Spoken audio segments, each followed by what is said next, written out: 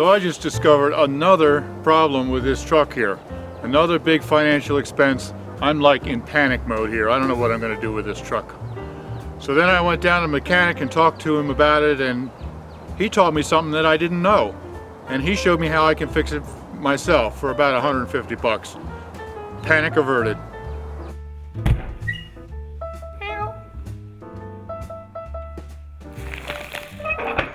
Tinyhouse Prepper.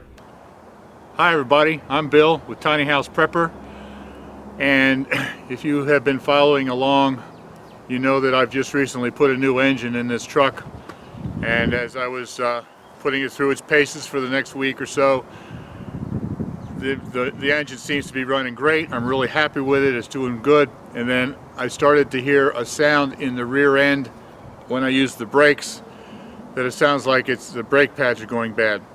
Now, I'm not a mechanic, but I can do brakes. I've been doing brakes for decades, so that's no big deal. So I just went down and bought some brake pads and started to tear into it to replace the brakes. And all of a sudden I discovered something that I've never seen before. It's a major mess. It's something that I can't even begin to do myself. All of a sudden I'm panicking because it looked like I was going to have another big expense and I didn't know what was going on. I was frustrated with this truck. So I went down and talked to my mechanic about it, and he told me what's going on. And he told me how I would be able to fix it by myself with very little expense. Oh, panic avoided. So I'm very, very happy about this. So here I go. I'm going to show you what I'm doing with the brakes and what I've learned that I didn't know before. It's a beautiful day. This is the first warm day of the season. It's about time. It's mid-April. It's about 60 degrees right now. It's supposed to go up to 72 today. Up until now, our highs have been in the mid-40s. We had a couple days of 50 and rain, but it's been cold, a cold spring. So I'm really enjoying this nice warm weather. A little while I'll be taking this sweatshirt off as I work on these brakes. So let me show you what's going on here. Let me show you what's happening. So here is the brake that I've already taken apart. I've already purchased the new caliper. The old one was destroyed. But this goes in here. The brake pad was inside of here like that. And it was very, very tight to get this off. I pried this up from the bottom. It was very difficult to get that off. I got the old one off, and the brake pad that was here was very, very tight between here and here. The back brake pad right here is still there, and it's so tight I cannot get it to move at all. It just simply won't move. That's because these two bars here, this is supposed to ride on there and come down and slide inside. Oops, let me see. It goes there and rides inside here, and it won't fit. These two bars here are too close together. So you can see here, this is the new pad, and that should ride right there, and this one should slide in all the way so that this stop right here is against the bar. But you see the gap there. That's because it's hitting right here. This bar is too far this way, and they just simply won't fit. When that one's there, this one won't fit.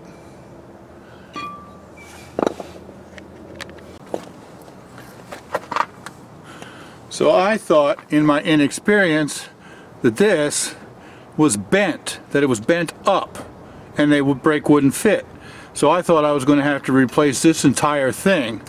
And when I looked at it, I know some of those are bolted on in the back, but when I looked at this one, it looked like it was all molded right into the axle, and I was afraid I was going to have to replace the entire axle all the way back into the differential because this was bent.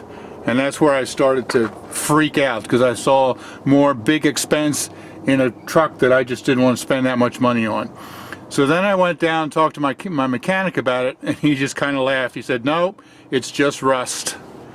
See how rusty all of this is? This brake hasn't worked in a long time. because these have been frozen in place from rust.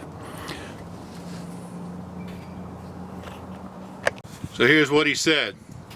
There's this metal piece right here that acts as a smoother bar for this to slide on, and he said there's rust built up under here, underneath of that metal piece.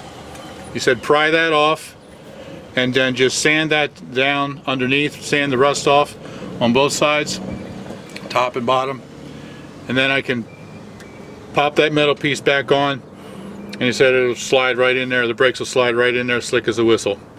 So I've never heard of that before, I've never seen it, never done it, but I'm excited that I'm actually going to be able to fix it myself instead of going through a big expensive replacing the whole axle.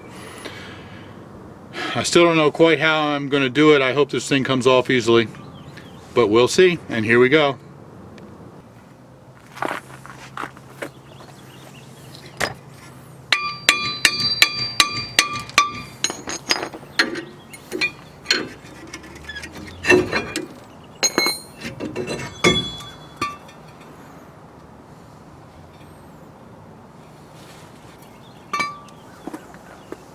Wow. I've also never seen this. Oh, that's the emergency brake. Okay. Gotcha. This is the emergency brake with the cable, and these are the regular disc brakes.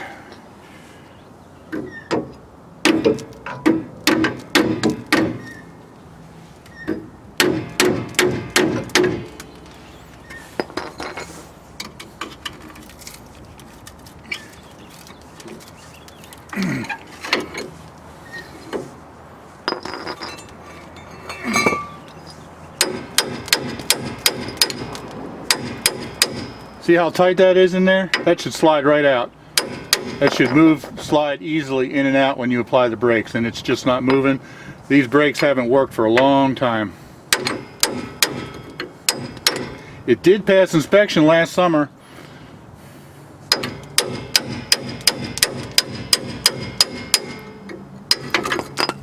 All right.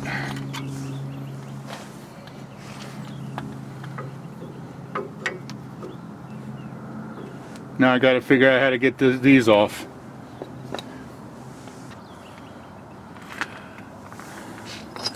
I want to be very careful not to bend them.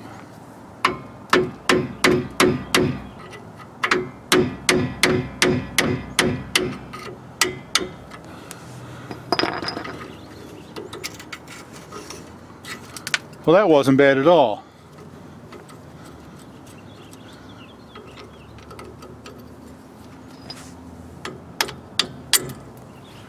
Okay, so now, according to my mechanic, I can just take the rust off here and then put that back on, and that'll give me the room that I need.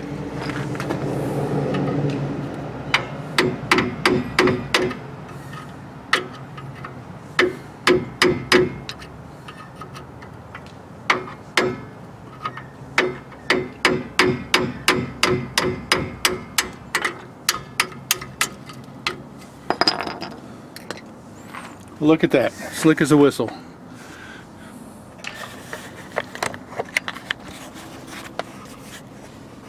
And underneath it here,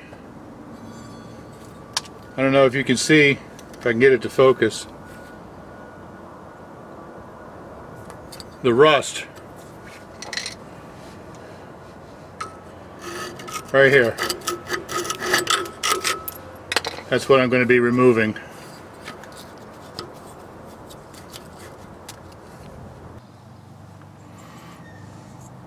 This is the piece that I just took off. Need to clean this up so the brake pads will slide nicely on there. But when I turn it over, look at this. This is a piece of the rust that was down here. That right there. That's why it wasn't fitting. That's what was pushing the thing up this way. So I'm excited because it looks like this is really going to work, and my mechanic knew what he was talking about, and I very much appreciate that he told me how to do it myself instead of towing this thing in and charging me a lot to do it in the shop. And if I couldn't do it myself, I would have had to have it towed in, because I already had it all apart and there was no way to put the brakes back together again because they wouldn't fit back in. So there's no way I'd be able to drive it. I'd have to have it towed.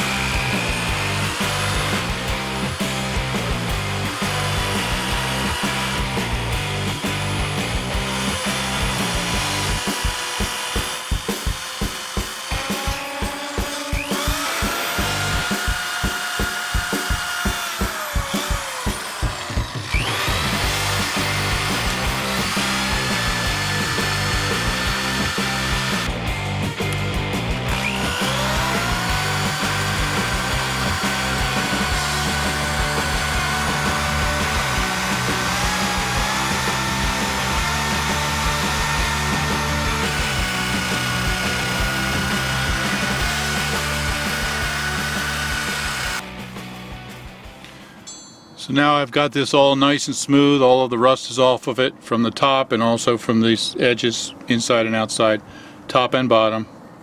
I've also cleaned up this with the wire brush on the drill, so this is nice and clean compared to what it was. Tried to do inside. You can see I did here fine, but it's hard to get a round brush into an inside square corner, so I couldn't quite get as clean as I would like on the corner there, but I think it's good enough. So put these on very gently.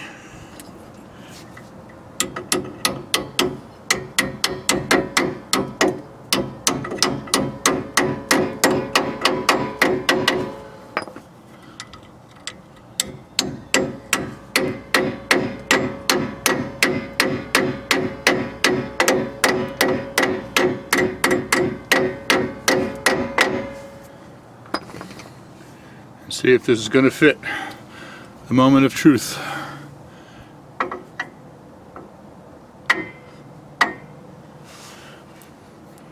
Still doesn't quite go. Gonna have to get a little bit closer.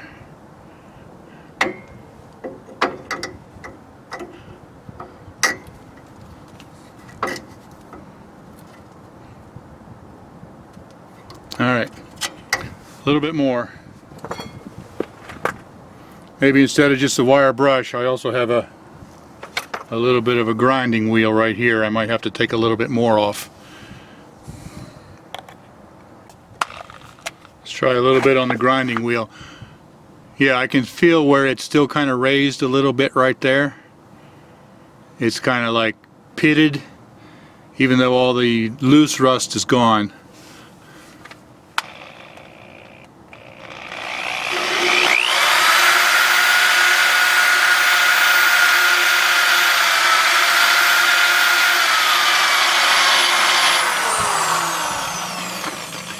Yeah, I can definitely feel where there was additional rust there that I'm now grinding off.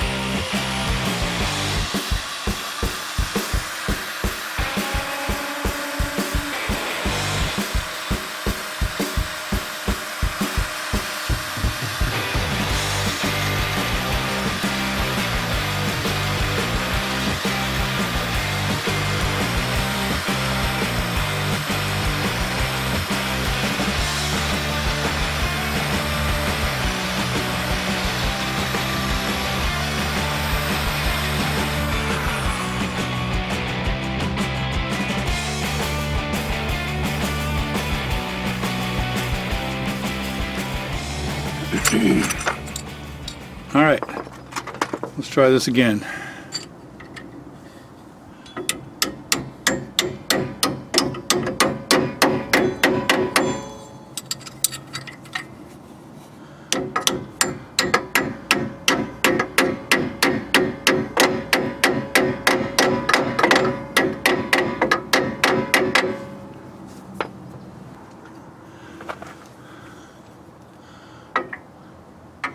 Haha, Ah, there you go. Goes right in there. Nice and easy. Slides nice and easy. I am very excited to learn something new like that for a non-mechanic. That's gonna work. Absolutely. Oh, I'm so exciting. I'm not going to replace the disc because, though it looks rusty, because it hasn't been used in a long time, hasn't been working, it is smooth, and the rust will very quickly wear off of there as I start to use the brake.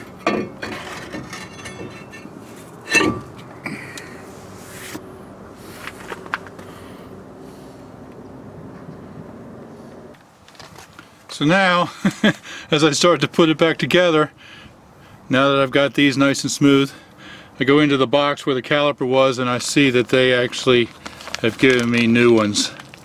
So I didn't even need to clean up the old ones.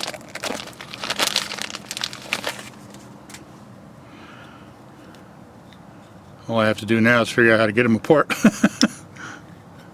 There we go.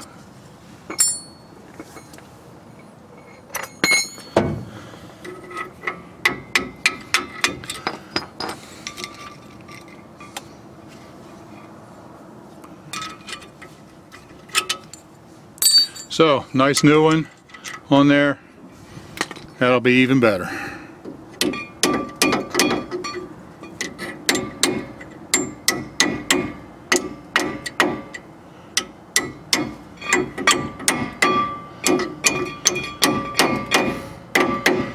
Ooh, that's nice.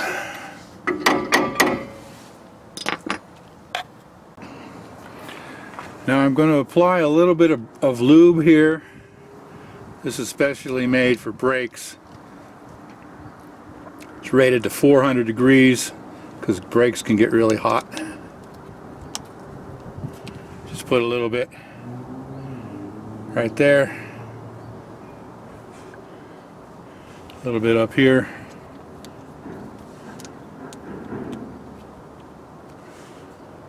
So that the brake pads will slide easily on those rails.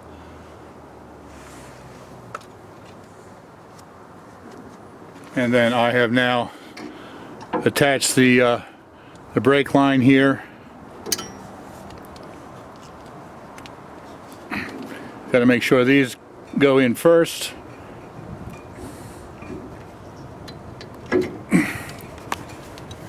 And then the bottom snaps in.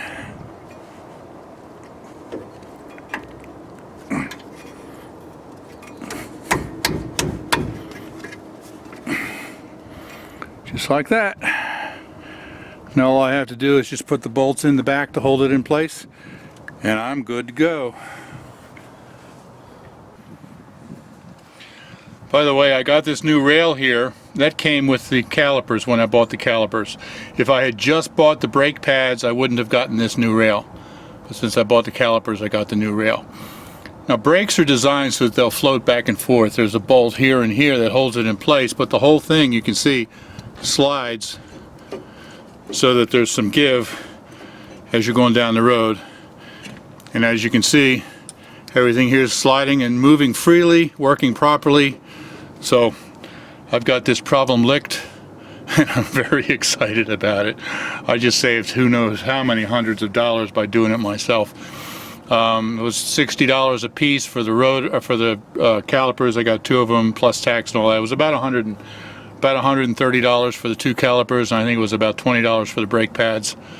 And I elected not to replace the discs because they, like I said, they're a little rusty, but they look okay. So I got this whole thing fixed and doing it by myself for about 150 bucks. And now I got new brakes in the rear. Good deal. So this one is finished. I'm going to go ahead and put the tire back on. I'm going to do the other one. The other one wasn't as bad as this, but I still need to go through the same process. I'm not going to show you that because it's the same thing. Okay folks, well that's it. It's back on the road. Everything's working fine and I'm very happy with it. You know, as I look at the brakes, I look at the situation of what I had in the rear there. I realized that the brake that I showed you on the driver's side, both pads were frozen in place and that brake had not been operable for a long time. Who knows how long. And on the other side, when I took it off, it was really weird because one pad was frozen in place, and the pad wear, it looked almost brand new. The pad itself was still very thick. There was no wear on it at all. The other pad was actually the only one of the four on both sides of the truck. The other pad was the only one that would actually move back and forth. So that one was completely worn out. It was starting to go metal on metal, and that's why I heard the noise in the first place. So out of the 4 brake pads across the back, only one of them actually even moved. So that means I've basically been driving that truck for who knows how long with only front brakes. And that's scary, especially, you know, I never actually pulled a travel trailer with it, but that would have been a dangerous situation. So I guess that's why they have annual inspections. You know, if I had not found this myself, then it would have been found during the inspection, which is only a couple of months off. But as I mentioned, I had never seen that situation with those metal pieces that got closer together because the rust was underneath of them. I've never owned a Dodge before, and maybe that's why, but I've never seen it where you had that metal rail you had to take off. Every other car I've ever had that I did the brakes didn't have that metal rail. It was just the main part of the rail underneath. So I had seen something new, and being the non-mechanic that I am, it's very satisfying to run into something new and learn something new and be able to fix it. And I'm very grateful to my mechanic. This is the same guy that put the new motor in the truck, by the way. He could have decided, yeah, you know, I'll come down, tow it in, and I can fix it for you. Probably would have charged me $500 or more for the tow and everything. But he explained it to me, told me how to do it to myself, and I was able to fix it for about $150. So I'm just, or 120, I don't remember now, but a fraction of what it would have cost me if he had done it himself. So I'm just very pleased with the whole outcome. So if you've enjoyed this, if you've learned anything from this, please like the video, and you know, like the video anyway, because it helps my channel. I really appreciate that. And you know, this is an ongoing saga of trying to get our truck and our travel trailer on the road so we can start traveling, and which we're very much looking forward to. So if you haven't subscribed yet, be sure to subscribe so you can watch the whole process, and we'll show you everything. You know, this is as real as it gets. We're showing you our struggles as well as our victories. So be sure to subscribe so you can see all of that. And I appreciate you watching. You have a great day.